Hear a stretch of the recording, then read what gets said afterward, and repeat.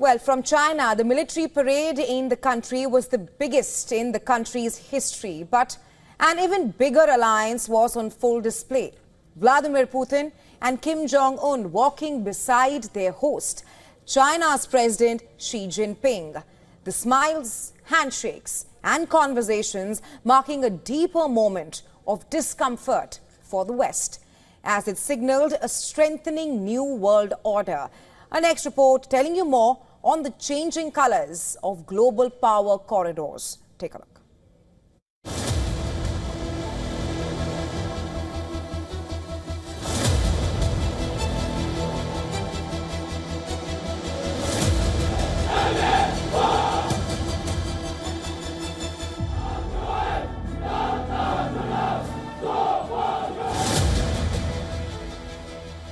The military parade in China's capital was not the only thing that the world was watching.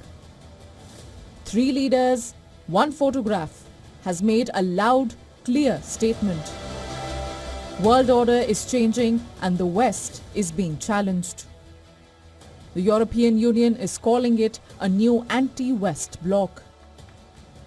China's President Xi Jinping, flanked by Russia's Vladimir Putin and North Korea's leader Kim Jong-Un, walked the red carpet, both leaders being the guests of honor at China's 80th World War II anniversary parade. More than 25 international leaders attended the military parade. But it was this trio that captured attention worldwide. Xi seated between Putin and Kim at the viewing gallery. But the West was only looking at this alliance. This is the first time that all 3 leaders have been seen together in public. The timing of this gathering could not be more critical. Xi's speech at the military parade also caught eyeballs. The Chinese president slammed bullies, but did not name anyone. For the world, it was a veiled jibe at Donald Trump. History warns us that all humanity rises and falls together. Only when countries across the world treat each other as equals, coexist in peace and support one another, can we uphold common security, eradicate the root cause of war, and prevent the recurrence of historical tragedies. Comrades and friends, the Chinese nation is a great nation that is never intimidated by any bullies and always values independence and strength of our own. Following the parade, Putin and Kim held a bilateral meeting. The talks replete with deep praise for one another and of military partnership between the 2 countries. Putin praised Kim for the role of North Korean soldiers in the Russia-Ukraine war. In return, Kim called it North Korea's fraternal duty to help Russia. The bonhomie has not gone down well with US President Donald Trump, who in the past has repeatedly said that he shares a great relationship with all 3 of the leaders. But in his latest post on Truth Social, Trump's sarcasm was unmissable, conveying regards to Putin and Kim with a cold undertone, accusing China's president of conspiring against the US. But the Kremlin was quick to shut down Trump's latest tirade, saying that nobody has been conspiring against Washington. Russia, China, North Korea on one side, US and other Western countries on the other. The wedge has only widened. Trump's tariff war with trade partners, the ongoing Russia-Ukraine war, and North Korea's legacy of alienation from the world order, all factors that have escalated an existing divide. But the underlying message is clear. One country or one leader's diktat is not a global benchmark. Bureau Report, WION World is One. And for more on this, joining us Race to Power is Professor James A. Russell. He's an associate professor at the Department of National Security Affairs in the Naval Postgraduate School. He's joining us live on the broadcast from Washington, D.C.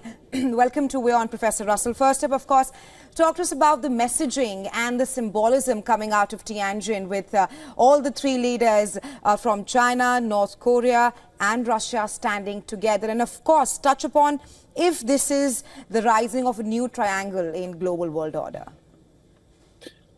Well, if we are to step back from this event, it's a testament to what international relations theorists would refer to as the sort of dynamism of global politics, which is to say that when the system comes out of balance in some kind of way, the system responds. And what we are seeing today is really the end product of, I would say, 10 to 15 years of the mismanagement of international relations by the United States, by successive American presidents. It's easy to blame all this on Donald Trump, and he has been a hapless and incompetent leader that has alienated all of Americans' traditional friends. At the top of the list, of course, is the relationship with India. But the fact is there's been a marked decline in the Oval Office leadership stretching back a couple of decades, which has not paid proper attention to this dynamism. And I point to the Cold War, for example, in which American presidents across Republican and Democratic administrations worked tirelessly, and I mean tirelessly, to prevent what we are seeing today, which is the union between Russia and China, with the addition, of course, of North Korea, and with your own Indian Prime Minister kind of on the sidelines in a more neutral but hardly pro-Western sort of position. So there can be no question, as your report has accurately stated, that this is the result of a ham-handed, uninformed and hapless and incompetent approach to international politics by the United States that has helped to create this anti-Western, anti-U.S. union. Trump is simply the icing on the cake, in my opinion, in this matter, but there can be no question, as you, again...